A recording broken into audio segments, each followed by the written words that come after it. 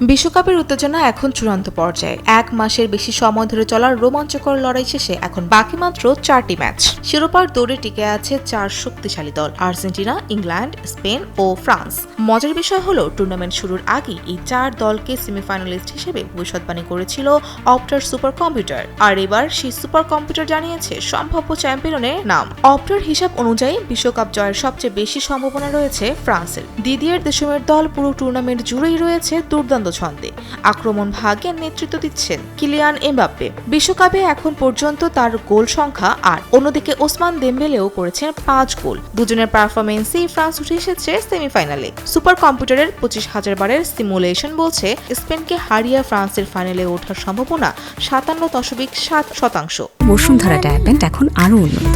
এই hot air through top sheet দ্রুত শোষণ করে সোনামণিকে দেয় কোমল অনুভূতি। আর শিরোপা জয়ের সম্ভাবনা 34%, যা বাকি সব দলের চেয়ে বেশি। তবে ফ্রান্সের সামনে রয়েছে কঠিন challenge.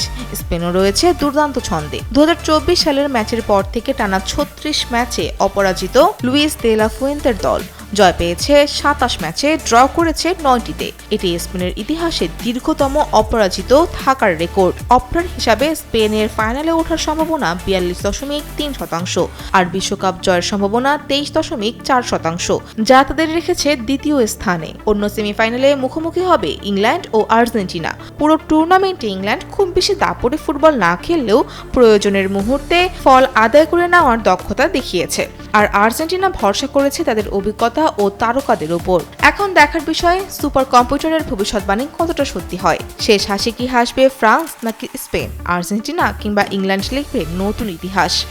Fouzia Fariha, Daily Sun.